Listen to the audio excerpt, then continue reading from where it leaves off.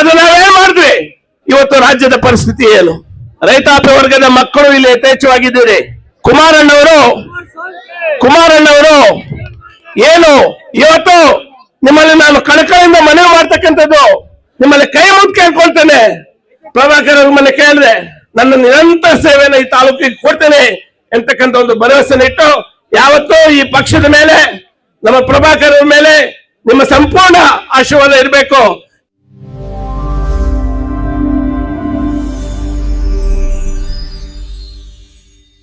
ಆಸೀನರಾಗಿರ್ತಕ್ಕಂಥ ನನ್ನ ಮಾರ್ಗದರ್ಶಕರು, ನನ್ನ ಹಿತೈಷಿಗಳು, ನಮ್ಮ ಕೋಮುಲ್ನ ನಿರ್ದೇಶಕರಾಗಿರ್ತಕ್ಕಂಥ ನಮ್ಮ ಪಕ್ಷದ ಅಧ್ಯಕ್ಷರಾಗಿರ್ತಕ್ಕಂಥ ಕಾಡೇನಹಳ್ಳಿ ನಾಗರಾಜಣ್ಣವರೇ, ನನ್ನ ಸನ್ಮಿತ್ರರು ಪಶ್ಚಿಮ ಭಾಗದ ನಿರ್ದೇಶಕರಾಗಿರ್ತಕ್ಕಂಥ ಸಾಮೇಗೌಡ್ರೆ, ನಮ್ಮ ಸನ್ಮಿತ್ರರು ಆದಂತ ಪ್ರಭಾಕರ್ ಅವರೇ, ಬಾಬು ಅವರೇ, ನಮ್ಮ ಹೆಬ್ಣಿ ಅಧ್ಯಕ್ಷರೇ ಭಾಸ್ಕರಣ್ಣವರೇ, ವೇದಿಕೆಯಲ್ಲಿ ಇರ್ತಕ್ಕಂಥ ನಮ್ಮ ಅಶೋಕ್ ಅವರೇ, ಪ್ರದೀಪ್ ಅವರೇ, ಭೋಗೇಶ್ ಅವರೇ, ಇನ್ನ ಇಲ್ಲಿ ನಡೆದಿರ್ತಕ್ಕಂಥ ಎಲ್ಲ ನಮ್ಮ ವರ್ಧಣ್ಣವರೇ, ಎಲ್ಲ ಗಣ್ಯಮಾನ್ಯರೇ, ವೇದಿಕೆಯ ಮುಂಭಾಗದಲ್ಲಿ ಆಸೀನರಾಗಿರ್ತಕ್ಕಂಥ ಎಲ್ಲ ನನ್ನ ಹಿರಿಯರೇ ಮತ್ತು ಕಿರಿಯರೇ, ಈ ಭಾಗದ ಒಂದು ಕಾನೂನು ಒಂದು ವ್ಯವಸ್ಥೆಯನ್ನ ಸುಸಜ್ಜಿತವಾಗಿ ನಡೆಸ್ಕೊಂಡು ಹೋಗ್ತಾ ಇರ್ತಕ್ಕಂಥ PSI ಅವರಾದಂತ ವಿದ್ಯಾಶ್ರೀ ಮೇಡಮ್ ಮತ್ತು ಸಿಬ್ಬಂದಿ ಅವರೇ, ಅದೇ ರೀತಿ ನಮ್ಮ ಪತ್ರಿಕಾ ಮತ್ತು ದೃಶ್ಯ ಮಾಧ್ಯಮದವರೇ, ಒಂದು ಕೆಲವೇ ಮಾತುಗಳನ್ನು ಹೇಳಿ ನಾನು ಮಾತನ್ನು ಮುಗಿಸ್ತೇನೆ. ಬಹುತೇಕ ಜನ ಇಲ್ಲಿ ಬಂದಿರ್ತಕ್ಕಂಥವರು ನಮ್ಮ ರೈತಾಪಿ ವರ್ಗದ ಮಕ್ಕಳು ಇಲ್ಲಿ ಯಥೇಚ್ಛವಾಗಿದ್ದೀರಿ. ನನ್ನ ಒಂದು ಮನದಾಳದ ಒಂದು ಮಾತನ್ನು ಇವತ್ತು ತಮ್ಮ ಮುಂದೆ ಹೇಳ್ಕೋಬೇಕಾಗ್ತದೆ. ಇವತ್ತು ರೈತರ ಪರಿಸ್ಥಿತಿ ಬಹಳಷ್ಟು ಶೋಷಣೀಯವಾಗಿದೆ.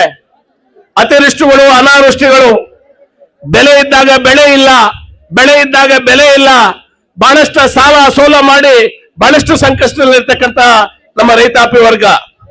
ಇವತ್ತು ಈ ಸಂದರ್ಭದಲ್ಲಿ ನಮ್ಮಲ್ಲಿ ನಾನು ಮನವಿ ಮಾಡ್ತಕ್ಕಂಥದ್ದು, ರೈತರ ಒಂದು ಕಷ್ಟ ಕಾರ್ಪಣ್ಯಗಳನ್ನ ಸಮರ್ಥವಾಗಿ ನಿಭಾಯಿಸುವಂತ ಸಮರ್ಥ ನಾಯಕರು ಯಾರು ಅಂತ ಹೇಳಿದ್ರೆ ನಮ್ಮ ಕುಮಾರಣ್ಣವರು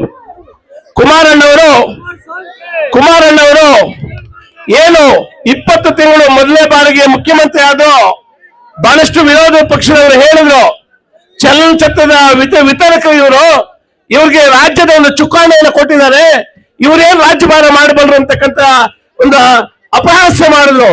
ಆದ್ರೆ 20 ತಿಂಗಳಲ್ಲಿ ಕುಮಾರಣ್ಣವರು ರೈತಾಪಿ ವರ್ಗಕ್ಕಾಗಿ ಅವರು ಪಟ್ಟಂತ ಒಂದು ಪರಿಶ್ರಮ ಇವತ್ತು ಕೂಡ ಸುವರ್ಣಾಕ್ಷರಗಳಲ್ಲಿ ಬರೆದಿದೆ. ಗ್ರಾಮ ವಾಸ್ತವಗಳನ್ನು ಮಾಡಿದ್ರು, ಗ್ರಾಮಗಳಿಗೆ ಜನಗಳ ಬಳಿ ಹೋದ್ರು, ಅವರ ಕಷ್ಟ ಕಾರ್ಪಣ್ಯಗಳಿಗೆ ಗ್ರಾಮದಲ್ಲಿ ಆಲಿಸಿದ್ರು, ಅಲ್ಲೇ ಪರಿಹಾರವನ್ನು ಕೊಡುವಂತ ಕೆಲಸವನ್ನು ಕೈಗೆತ್ತಿಕೊಂಡ್ರು.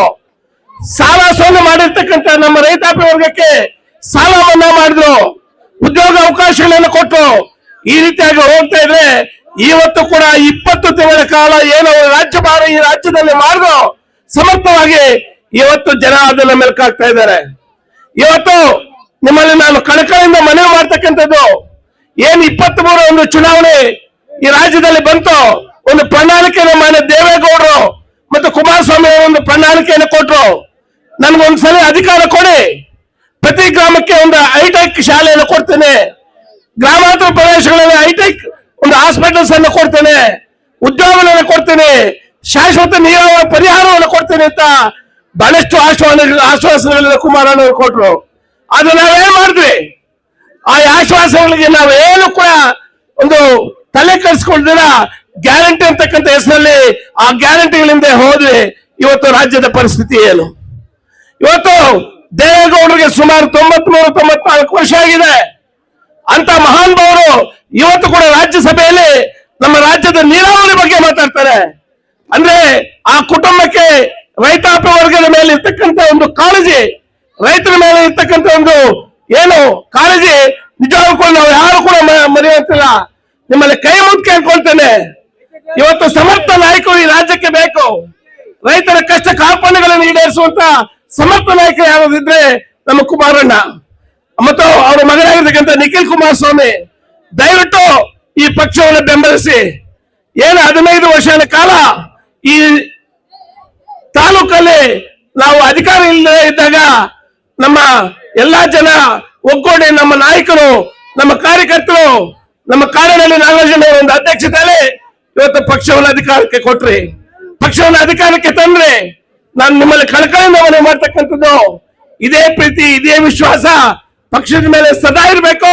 ಈ ಪಕ್ಷವನ್ನು ಬೆಳೆಸಿದಾಗ ರೈತರಿಗೆ ಒಂದು ಒಳ್ಳೇದಾಗ್ತದೆ ಅಂತಕ್ಕಂಥ ಒಂದು ಭರವಸೆನ ಹೇಳ್ತಾ ಕೊನೆಯದಾಗಿ ನಮ್ಮ ಪ್ರಭಾಕರ್ ಅವರು ಮೊನ್ನೆ ಕೇಳಿದ್ರೆ ಏನಪ್ಪ ಎಷ್ಟು ನಾವು ಈ ಕಾರ್ಯಕ್ರಮಗಳನ್ನ ಅಟೆಂಡ್ ಮಾಡೋದು, ಎಷ್ಟು ಕಾರ್ಯಕ್ರಮಗಳಿಂದಾಗ ಅವರೊಂದು ಮಾತು ಹೇಳಿದ್ರು, ಅಣ್ಣ ನಾನು ಸಂತೋಷವಾಗಿದ್ರೆ ಸಾಲದು, ಮನರಂಜನಾ ಕಾರ್ಯಕ್ರಮಗಳನ್ನು ಏರ್ಪಡಿಸಿ, ದೇವತಾ ಕಾರ್ಯಗಳನ್ನು ಏರ್ಪಡಿಸಿ, ಸಹಾಯ ಹಸ್ತವನ್ನು ನೀಡಿ ಅವರು ಸಂತೃಪ್ತಿ ಆಗಿರ್ಬೇಕು, ಅವರ ಆಶೀರ್ವಾದದಿಂದ ನಾನು ಕೂಡ ಸಂತೃಪ್ತನಾಗಿರ್ಬೇಕು. ನನ್ನ ಜನ ಚೆನ್ನಾಗಿದೆ, ನಾನ್ ಚೆನ್ನಾಗಿದ್ದಂಗೆ. ಅದಕ್ಕಾಗಿ ಸದಾ ನನ್ನ ಜನ ಮನರಂಜನೆ ದೈವ ಕಾರ್ಯಗಳಲ್ಲಿ ತೊಡಗಬೇಕು. ಆ ನಿಟ್ಟಿನಲ್ಲಿ ಅದೆಷ್ಟೇ ಖರ್ಚಾಗ್ಲಿ ನನ್ನ ನಿರಂತರ ಸೇವೆಯನ್ನು ಈ ತಾಲೂಕಿಗೆ ಕೊಡ್ತೇನೆ ಎಂತಕ್ಕಂಥ ಒಂದು ಭರವಸೆ ಇಟ್ಟು ಇವತ್ತು ಏನು ಒಂದು ಕಾರ್ಯಕ್ರಮವನ್ನು ಆಯೋಜನೆ ಮಾಡಿದ್ದಾರೆ, ಆ ಕಾರ್ಯಕ್ರಮಕ್ಕೆ ನಿಜವಾದಂತ ಪ್ರಾಯೋಜಕರು ನಮ್ಮ ಪ್ರಭಾಕರ್ ಅವರು. ಸೊ ಹಾಗಾಗಿ ಯಾವತ್ತೂ ಈ ಪಕ್ಷದ ಮೇಲೆ ನಮ್ಮ ಪ್ರಭಾಕರ್ ಅವರ ಮೇಲೆ ನಿಮ್ಮ ಸಂಪೂರ್ಣ ಆಶೀರ್ವಾದ ಇರಬೇಕು. ಈ ಒಂದು ಕಾರ್ಯಕ್ರಮವನ್ನು ನಡೆಸೋದಕ್ಕೆ ನಮ್ಗೆ ಎಲ್ಲಾ ರೀತಿಯಲ್ಲೂ ಕೂಡ ಮಾರ್ಗದರ್ಶನವನ್ನು ನೀಡಿರ್ತಕ್ಕಂಥ ನಮ್ಮ ಅಣ್ಣನಾದಂತ ಕಾಡಿನಲ್ಲಿ ನಾಗರಾಜ್ ಅವರಿಗೆ ನಾನು ನಮಸ್ಕರಿಸಿ ನನ್ನ ಎರಡು ಮಾತನ್ನು ಮುಗಿಸ್ತೇನೆ.